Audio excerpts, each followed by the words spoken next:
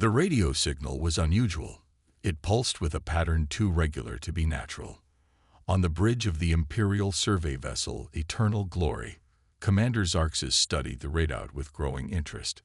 The signal came from the third planet of a small yellow star in an unimportant spiral arm of the galaxy. Sensors show primitive technology, Commander reported Officer Vreel. The creatures appear to have basic space travel limited to their own moon and nearby planets. Xarxes flicked his upper eyes in a gesture of dismissal, while his lower pair remained fixed on the display. Another species barely worth the Empire's notice. Still, the Emperor demands all habitable worlds be catalogued. The Corlathian Empire stretched across 300 star systems. For 12,000 years, they had conquered and ruled without challenge. Their ships were the fastest, their weapons the most powerful, their society the most advanced in known space. The discovery of yet another primitive world was hardly exciting. "Prepare a first contact team," Xarxes ordered. "Let's see what these creatures offer the Empire." On Earth, the arrival of an alien spacecraft created global panic followed by cautious hope. World leaders quickly formed a diplomatic team led by Ambassador John Miller, a calm man with 20 years of international negotiation experience. "We need to show strength without appearing threatening," Miller told Captain Samantha Wright, his military liaison. They stood in the hastily prepared meeting facility outside Geneva, Switzerland. "I don't like this," Wright said, adjusting her uniform. "Their ship is massive. Our satellites show weapon systems unlike anything we've ever seen." Miller nodded. "That's why we negotiate. We have nothing that could fight that." When the Corlathians landed, humans got their first look at the aliens. They stood nearly 8 feet tall with 4 arms and 4 eyes. Their skin was pale blue and covered in small scales that glittered under Earth's sun. They moved with fluid grace despite their size. "I am Commander Xarxes of the Corlathian Empire," the lead alien announced through a translation device. "Your world has been noticed by Emperor Drulvex, eternal ruler of 300 suns." Miller stepped forward. "Welcome to Earth. I am Ambassador John Miller, representing the United Nations of our world. We hope for peaceful relations between our peoples." Xarxes made a sound that the humans would later learn was laughter. "Peace is simple, human. Submit to imperial rule, allow us to extract your resources, and your people may live as servants of the Empire." The human delegation exchanged worried glances. Captain Wright's hand moved closer to her sidearm. "Perhaps we misunderstand each other," Miller said carefully. "We wish to establish diplomatic ties, trade, cultural exchange. The Empire does not negotiate with pre-spacefaring primitives," Xarxes interrupted. "You have achieved nothing worthy of negotiation. You will surrender or be conquered." Miller stood taller. "With respect, Commander, Earth does not surrender. We invite friendship, but we will defend our home." All 4 of Xarxes' eyes narrowed. "You refuse imperial protection. You believe you can resist." "We hope it doesn't come to that," Miller replied. Xarxes turned away. "You have 1 Earth day to reconsider. When I return, I expect your surrender." After the aliens departed, Earth's military forces went on high alert. In the Pentagon, generals and admirals gathered to assess their options. "Their technology is centuries beyond ours," General Peter Clark announced grimly. "Our best weapons would barely scratch their ships." "Then we find other ways to fight," Captain Wright insisted. "Humanity has never backed down from a threat." In her laboratory at MIT, Dr. Lisa Johnson worked frantically to analyze data collected during the alien visit. "There's something unusual about their energy signatures," she told her assistant. "If we could understand it, maybe we could find a weakness." The next day, Commander Xarxes didn't bother landing. Instead, the massive Corlathian warship hovered over Geneva. A communication beam linked to all Earth broadcasts simultaneously. "Your time to surrender has ended," Xarxes announced to the world. "The Corlathian Empire claims this solar system. Resistance is noted as rebellion and will be crushed." Within hours, smaller alien ships appeared in Earth's atmosphere. The first shots of the war were fired over London when Royal Air Force jets attempted to intercept an alien craft. The jets were vaporized in seconds. The war to decide humanity's future had begun, and few believed Earth stood any chance at all. The lunar base never stood a chance. Colonel Frank Garcia watched through the reinforced window as 3 Xorlethian ships surrounded the colony. 6 hours after declaring war on Earth, the aliens had already reached the moon. All personnel to battle stations, Garcia ordered, knowing it was hopeless. The base had been built for scientific research, not war. Their few defense weapons were designed to destroy meteors, not alien warships. "Sir, they're broadcasting a message," said Lieutenant Amy Ross. The alien commander's face appeared on the main screen. "Surrender, and you may live as servants. Resist and die." Garcia looked at the 50 men and women under his command. "We're not giving up our base," he said firmly. "Tell Earth what's happening. Buy them time." The battle for the lunar colony lasted just 17 minutes. The alien weapons sliced through the base's protective shields like they weren't there. Colonel Garcia and his brave crew managed to destroy one small alien ship before the main dome was breached. The sudden loss of air killed everyone instantly. On Earth, military leaders watched in horror as the live feed from the moon went dead. "Mars outposts are reporting enemy ships approaching," said General Clark, his face grim. "They won't last any longer than the moon did."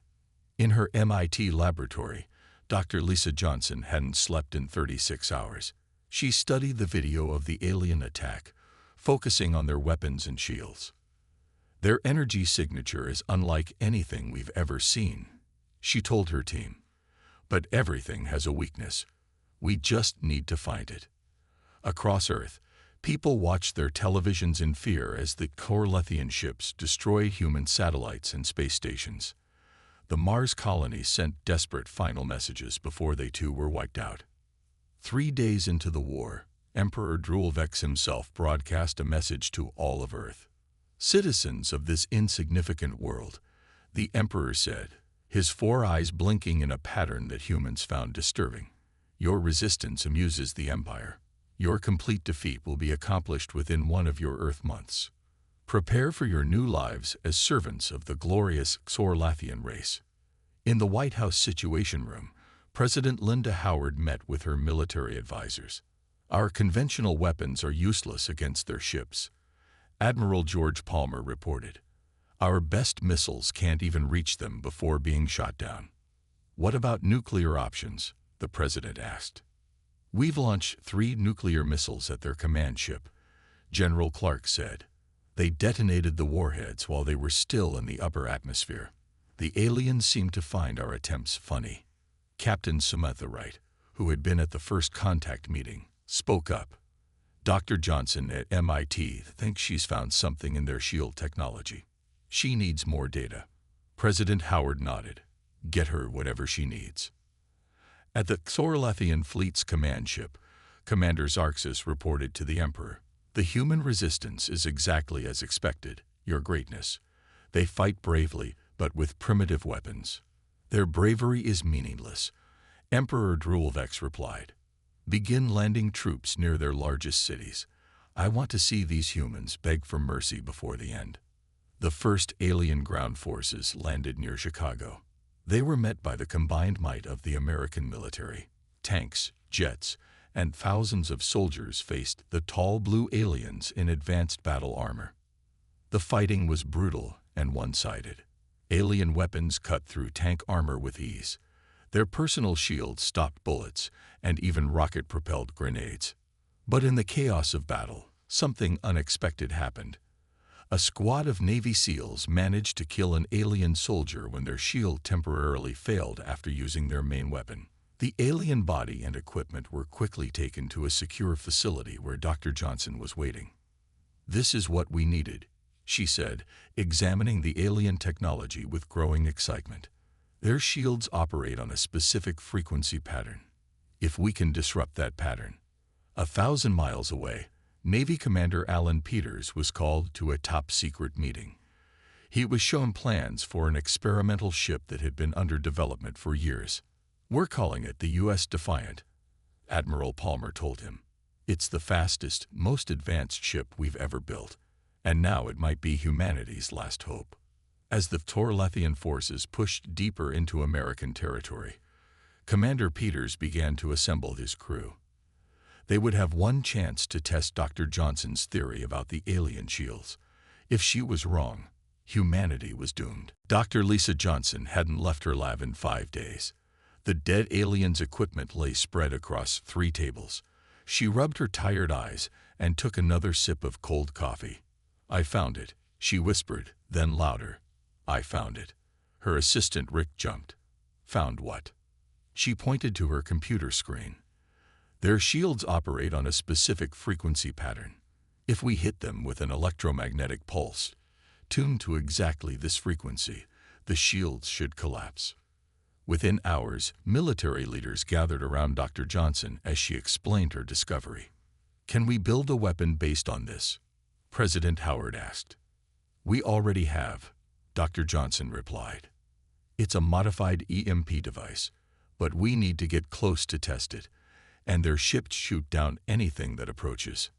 Admiral Palmer cleared his throat. "That's where the Defiant comes in." The U.S. Defiant sat in a hidden underwater hangar off the coast of Florida. It was smaller than most naval vessels, but packed with experimental technology.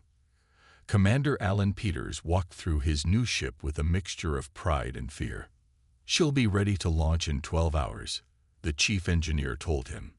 "But I can't promise all systems will work as designed. We're rushing what should have been months of testing." "We don't have months," Peters replied. "We don't even have weeks."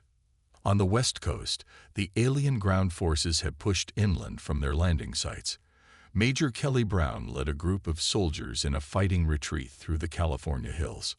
"They're not invincible," she told her troops after they managed to kill another alien soldier. "Their shields flicker when they fire their main weapons.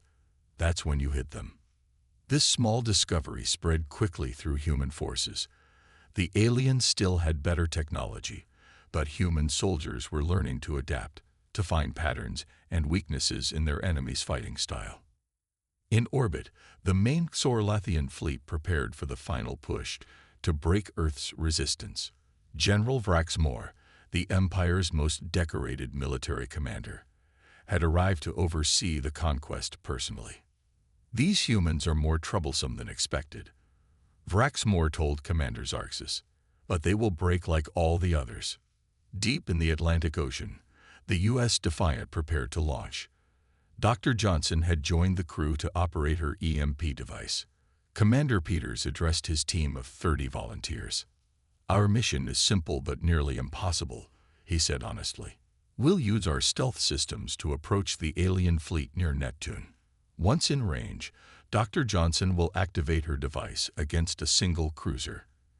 If it works, we disable the ship and retreat immediately." One sailor raised his hand. "And if it doesn't work, sir?" Peters gave a grim smile. "Then we'll be the fastest humans to reach Neptune, right before we die." The Defiant launched under cover of darkness. Its experimental engines pushed it faster than any human ship had ever traveled. Within hours, they had passed Mars and were approaching the asteroid belt. "No sign they've detected us," reported Lieutenant Susan Lee from the sensor station. As they approached Neptune's orbit, they spotted their target, the lone Torlathian cruiser patrolling the outer system. "Bring us within 5 kilometers, ordered Commander Peters. "Maintain stealth protocols." Dr. Johnson prepared her device. "This will only work once. After we fire, they'll adapt their shields." The Defiant closed in on the much larger alien ship. At exactly 5 kilometers distance, Peters gave the order. "Fire." The EMP pulse was invisible but powerful. It struck the alien ship, and for a moment, nothing happened. Then, the cruiser's lights flickered and went out. Its weapons systems powered down. The shields collapsed. "It worked," Dr. Johnson shouted. "The shield is down." Peters immediately contacted Earth. "Target disabled. Shields down. weapons offline. On Earth, military commanders quickly launched a small assault fleet that had been hiding on the far side of the moon. As the Thorlethian cruiser drifted powerless, human soldiers boarded it and captured the crew alive. Engineer Paul Martinez was among the boarding party. He went straight to the engine room and began studying the alien propulsion system. In another section of the ship, Dr. Olivia Green made an even more important discovery. While examining an injured alien, she noticed they reacted badly to a common disinfectant spray. They're having an allergic reaction to the alcohol, she realized. No, not the alcohol. One of the bacteria on my gloves that survived the spray. For the first time since the war began, humans had hope. They had captured an alien ship intact. They had discovered a biological weakness in their enemy. And most importantly, they had proven the mighty Xorlathian Empire could be hurt. General Vraxmore was furious when he learned of the lost cruiser. A minor setback, he told his officers. One ship lost to a lucky shot changes nothing. Continue the invasion as planned. It was the biggest mistake the Empire would ever make. 2 weeks passed since the capture of the alien cruiser. In that time, humanity changed from a species fighting for survival to one preparing to strike back. Engineer Paul Martinez had barely slept. His team had taken apart the alien engines piece by piece. We can build these, he told Admiral Palmer, pointing to the alien propulsion system. It's advanced, but not magic. Give me 3 weeks and every factory on Earth, and I can retrofit our ships. The Admiral nodded. You have 2 weeks. In her laboratory, Dr. Olivia Green had made an even more important discovery. The bacteria that had affected the alien crew was common on Earth, but deadly to Xorlathians. It attacks their respiratory system, she explained to military leaders. We can weaponize it into an aerosol form that won't harm humans, but will incapacitate the aliens within minutes. Across the planet, factories worked around the clock. Regular ships were fitted with modified alien technology. Weapons were upgraded based on captured designs. The EMP device that had disabled the alien cruiser was mass-produced.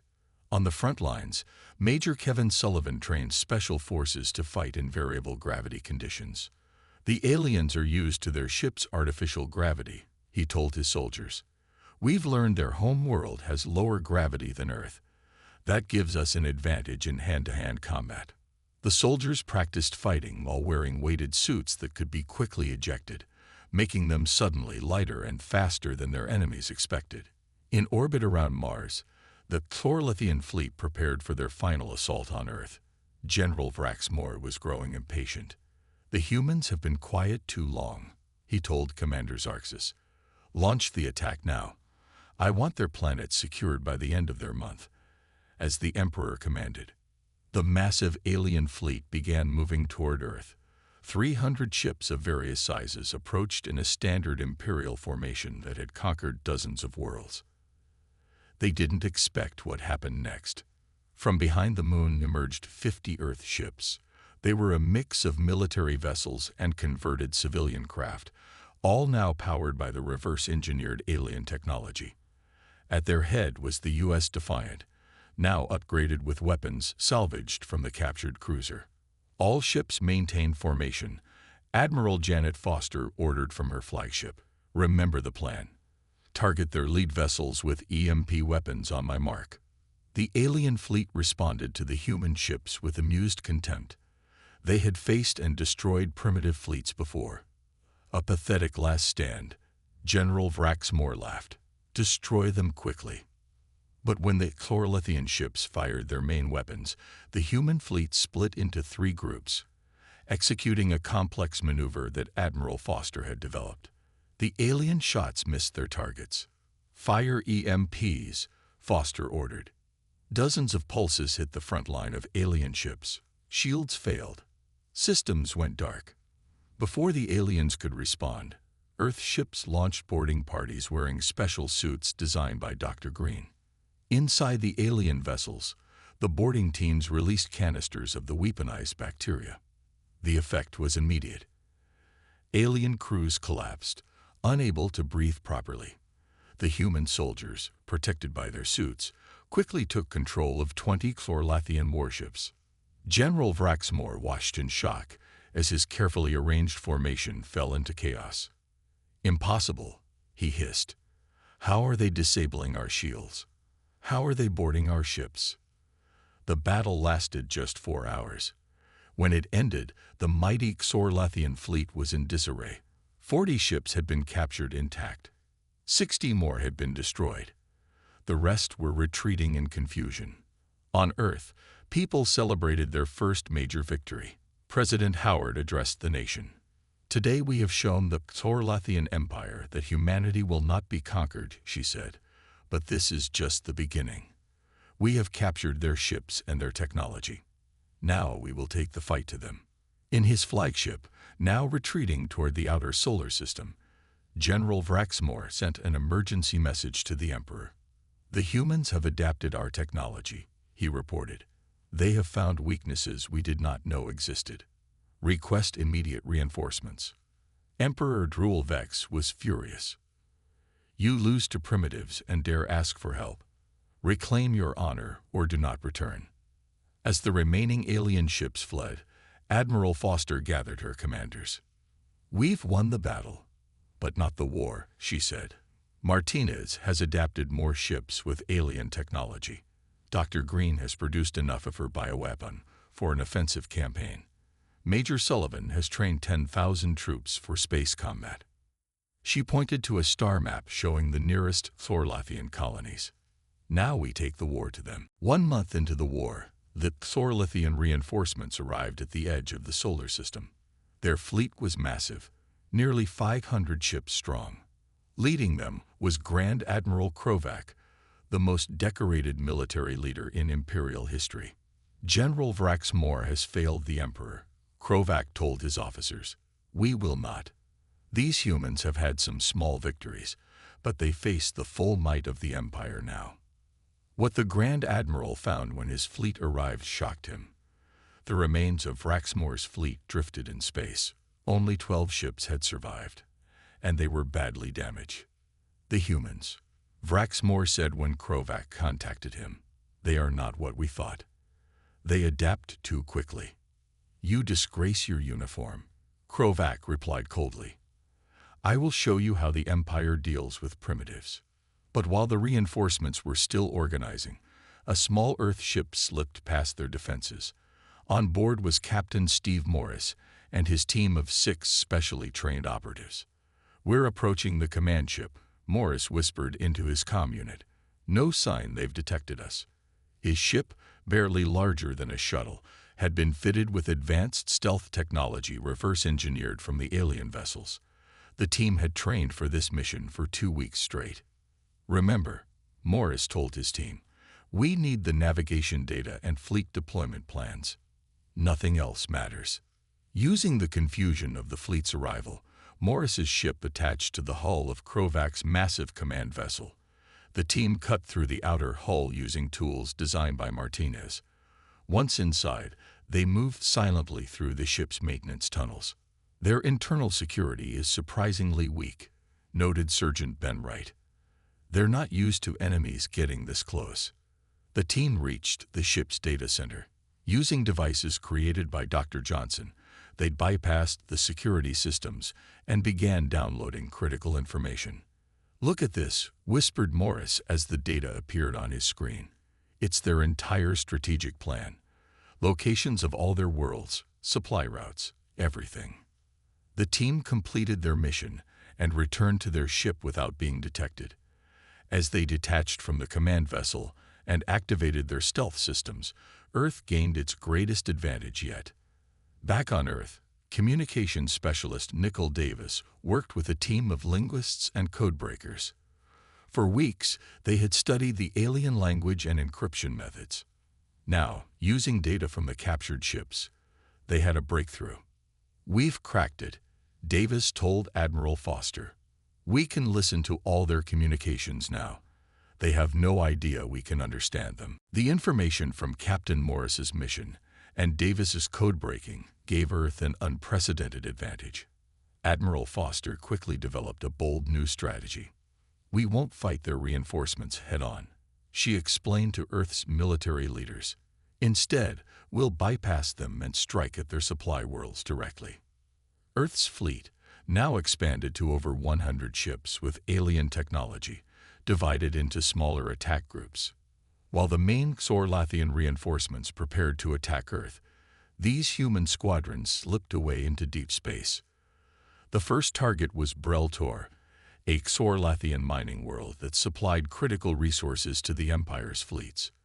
The planet had minimal defenses, as no enemy had ever penetrated this deep into Imperial territory. Commander Alan Peters led the attack on Brel-Tor. His squadron of 15 ships appeared suddenly in orbit around the planet. The few defensive ships were quickly disabled with the now perfected EMP weapons. "This is Commander Peters of Earth," he broadcast to the planet's surface. "We have disabled your defenses. Surrender now." The planet's governor, shocked at the appearance of unknown ships, quickly surrendered rather than face destruction. Similar attacks happened simultaneously across the Empire. Within days, 5 key supply worlds had fallen to human forces. The Empire, for the first time in 12,000 years of expansion, was losing territory. In his palace on Xorla Prime, Emperor Drul Vex received the shocking reports. "How is this possible?" he raged. "How can primitives from a single world do this to the Empire?" His advisors had no answers. The humans were moving too quickly, adapting too effectively. They used Imperial technology, but modified it in ways the Xorlathians had never considered. Grand Admiral Krovac, still preparing his attack on Earth, received urgent orders from the Emperor. "Forget Earth for now. Reclaim our lost worlds. Stop these humans from advancing further." But it was already too late. The humans had developed a taste for victory, and Earth's fleet was growing stronger with each captured world and ship. The Empire that had never known defeat was now fighting for its survival against the very primitives it had dismissed as insignificant just months earlier. 3 months into the war, Earth's military leaders gathered in the underground command center beneath Geneva. The room buzzed with energy as General Deborah Taylor unveiled her bold new plan. "We've beaten their ships. We've taken their supply worlds. Now it's time to strike at the heart of the Empire," she said, pointing to a holographic map showing Xorla Prime, the Imperial homeworld. Admiral Foster shook her head. "Their homeworld will be too heavily defended. Even with our new ships and weapons, we can't break through those defenses." "We won't need to," replied General Taylor with a smile. "Chief Scientist Daniel Brooks has something to show you." Brooks, a quiet man with tired eyes, stepped forward. "We've created a revolutionary stealth system," he explained. "Unlike our current technology, which can still be detected if they scan carefully, this makes our ships truly invisible to their sensors." He activated a small device on the table. The holographic display showing the map flickered briefly. "This disrupts the very wavelengths their sensors use," Brooks continued. "We've tested it on captured Xorlathian ships. They can't see what's hidden by this technology, no matter how hard they look." President Howard studied the scientists and generals gathered around the table. "You want to send a fleet directly to their homeworld, bypassing all their defenses." "A small fleet," General Taylor clarified. "Just 6 of our best ships. They slip past the outer defenses using the new stealth system, then appear suddenly in orbit around Xorla Prime." The plan was approved. 6 ships, including the U.S. Defiant, now commanded by Captain Susan Lee, were equipped with Brooks' stealth technology. Admiral Foster would lead the mission personally. "This is our chance to end the war," she told her crews. "We show the Emperor our power right above his palace. We force him to negotiate." The small fleet departed Earth using conventional engines. Once beyond the solar system, they activated the alien-derived faster-than-light drives that Engineer Martinez had perfected. The journey that would have taken the Xorlathians weeks took the human ships just 8 days. At the edge of the Xorla system, they activated Brooks' stealth technology. The 6 ships vanished from all detection systems. "Maintain radio silence," Admiral Foster ordered, "Approach pattern Delta." The ships glided silently through the most heavily defended star system in the known galaxy. They passed massive battle stations, minefields, and hundreds of patrolling warships. None detected the approaching humans. On Xorla Prime, Emperor Drulvex addressed the Imperial High Council. "The human problem will soon be solved," he assured them. "Grand Admiral Krovac has recaptured 2 of our supply worlds already. Their little rebellion will be crushed." A junior communication officer burst into the chamber, a shocking breach of protocol. "Your Greatness," the officer gasped. "Unknown ships have appeared in orbit directly above the palace." The Emperor's 4 eyes blinked in confusion. Impossible. But it was true. The 6 Earth ships had deactivated their stealth systems simultaneously, appearing as if from nowhere in perfect formation above the Imperial capital. "This is Admiral Janet Foster of Earth," broadcast a calm human voice across all Imperial channels. "Your defenses have been bypassed. Your homeworld is vulnerable. We demand to speak with Emperor Drulvex." Panic spread through the Imperial Palace. Defense ministers rushed to activate planetary shields. Military commanders ordered nearby ships to attack the human vessels. "Weapons locked on orbital defense grid," reported Captain Lee from the Defiant. Admiral Foster nodded. "Disable their defense systems. Precision strikes only. No civilian casualties." The Earth ships fired their weapons with surgical precision. The planetary defense grid went dark section by section. The massive energy cannons that had protected the Imperial capital for thousands of years were silenced in minutes. In his palace, Emperor Drulvex watched in disbelief as his supposedly impregnable defenses failed. "How did they reach us? How did they get past our fleets?" he demanded. No one had answers. The humans had done the impossible. They had reached the very heart of the Empire unchallenged. "Your Greatness," said the Imperial Security Minister, "we must consider their demand for communication." The Emperor's face darkened with rage. "I will not speak with primitives, ho." His words were cut short as the palace trembled. Outside, one of the ceremonial defense towers, a structure that had stood for 3,000 years, collapsed in a precise explosion. "That was a warning," came Admiral Foster's voice again. "The next target will be your palace shields. We can continue this demonstration, or you can speak with us. The choice is yours, Emperor." For the first time in history, a Xorlithian emperor faced an enemy who could strike at him directly. The myth of imperial invincibility had been shattered by humans from a tiny world the Empire had expected to conquer in a month. Emperor Drulvex sat rigid on his throne as the human delegation entered the Imperial Palace. Admiral Foster led the small group, walking with confidence through halls designed to intimidate visitors with their massive scale. "You force your way into the heart of the Empire and expect me to negotiate," the Emperor said, his voice cold. "The Empire does not bow to primitives." Admiral Foster stood tall despite being dwarfed by the alien ruler. "We did not start this war, Emperor. Your forces attacked our world without provocation. We are simply ending what you began." As they spoke, news of the humans' presence on Xorla Prime spread across the galaxy through subspace communications.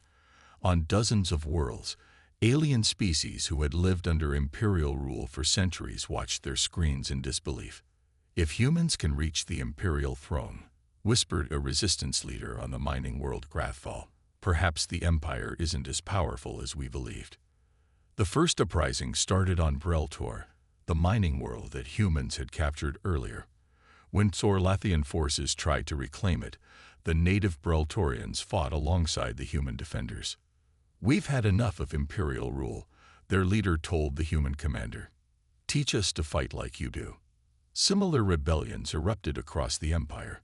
Species that had been conquered centuries ago saw hope for the first time. Admiral William Jones, commanding Earth's growing fleet, received messages from resistance groups on more than 30 worlds. "We need to coordinate these uprisings," Jones told his officers. "If they fight alone, the Empire will crush them one by one." Earth's military leaders quickly established a network of communication with the various resistance movements. Human advisors were sent to train rebels in tactics that had proven effective against Sorlathian forces. On the planet Nivexa, human Captain Lucy Peterson showed local resistance fighters how to disable Imperial walkers using simple traps and timed explosives. "Your small size is an advantage," she explained to the four-armed Nivexans. "The Sorlathians think bigger means better. They don't expect attacks from below." The Nivexan uprising succeeded within days. 3 more nearby systems followed their example. Back on Xorla Prime, Emperor Druel Vex received the alarming reports as he continued his tense meeting with the humans. "My forces will crush these rebellions," he insisted. "They always have before. But now these people have hope," Admiral Foster replied. "And they have human help." Outside the palace, Grand Admiral Krovac received disturbing news from his fleet commanders. Ships were going missing. Crews were mutinying. Some officers had even defected to the humans. "Our troops are demoralized," reported one commander. "They've never faced an enemy who could strike at our homeworld. The myth of our invincibility is broken." Inside the Imperial High Council chamber, many council members were reaching the same conclusion. As Emperor Drulvex continued to refuse meaningful negotiations with the humans, whispers of dissent grew louder. "The Emperor's pride will destroy the Empire," said Defense Minister Loxver to his allies. "These humans have proven themselves worthy adversaries. We should negotiate while we still have leverage." The council meeting that followed was the most contentious in Imperial history. For the first time, council members openly challenged the Emperor's decisions. "You have led us to the brink of destruction," accused High Counselor Zevran. "Your refusal to acknowledge the human threat has cost us dozens of worlds and hundreds of ships." Emperor Drulvex rose from his throne in fury. "You dare question your emperor? I have ruled for 200 years. I have expanded our territory more than any emperor before me. And now you are losing it faster than any emperor before you," replied Zevran. The Imperial Guard watched uncertainly as council members shouted over each other. Never in the history of the Empire had such open rebellion occurred in the throne room itself. Defense Minister Loxver finally stepped forward. "I move for an emergency vote of the High Council. The Emperor is no longer fit to lead us through this crisis." The vote was swift and decisive. Emperor Drulvex, ruler of the Sorlathian Empire for 2 centuries, was removed from power by his own council. "Arrest the traitors." Drulvex screamed as guards surrounded him instead of the council members. The newly appointed Imperial Regent, Loxver, immediately contacted Admiral Foster. "The Empire wishes to discuss terms of peace," he said formally. "We recognize that continued conflict is not in anyone's interest." As word spread of the Emperor's fall, celebrations erupted across dozens of worlds. The empire that had stood unchallenged for 12,000 years had been humbled, not by another mighty empire, but by a single planet of humans who had refused to surrender. 5 years passed since the war ended. Earth had changed in ways no one could have imagined before the alien invasion. Once a planet of separate nations, humanity now stood united. The technology gained from the Exorlathians had transformed every aspect of life. Ships that once took months to reach Mars now traveled between star systems in days. Diseases that had plagued humanity for centuries were cured using medical knowledge from alien worlds. Energy was clean and plentiful thanks to power systems reverse-engineered from captured ships. In the new United Earth headquarters in Geneva, Ambassador John Miller prepared for the most important meeting in human history. He straightened his formal jacket and looked out the window at the gleaming city. "Hard to believe it's been only 5 years," said Captain Samantha Wright, now General Wright, as she joined him. Miller nodded. "From fighting for survival to hosting the first Galactic Congress, I never thought I'd see this day." Outside, ships from 200 alien worlds filled the sky. Representatives from former Imperial worlds and newly discovered civilizations had come to Earth for the historic gathering. The Sorlathian Empire, once spanning 300 star systems, now controlled only 23. The rest had either joined Earth's growing alliance or declared independence. The former Imperial Regent Loxver, now simply the Sorlethian Chancellor, was among the delegates arriving for the Congress. Chancellor Loxver has arrived, and aide informed Miller. He requests a private meeting before the Congress begins. Miller and Wright met the Sorlethian leader in a small conference room. Loxver seemed older, his blue scales less vibrant than during the war. Ambassador Miller, Loxver said with a slight bow, a human gesture the Exorlethians had adopted. I wish to speak with you before facing the full Congress.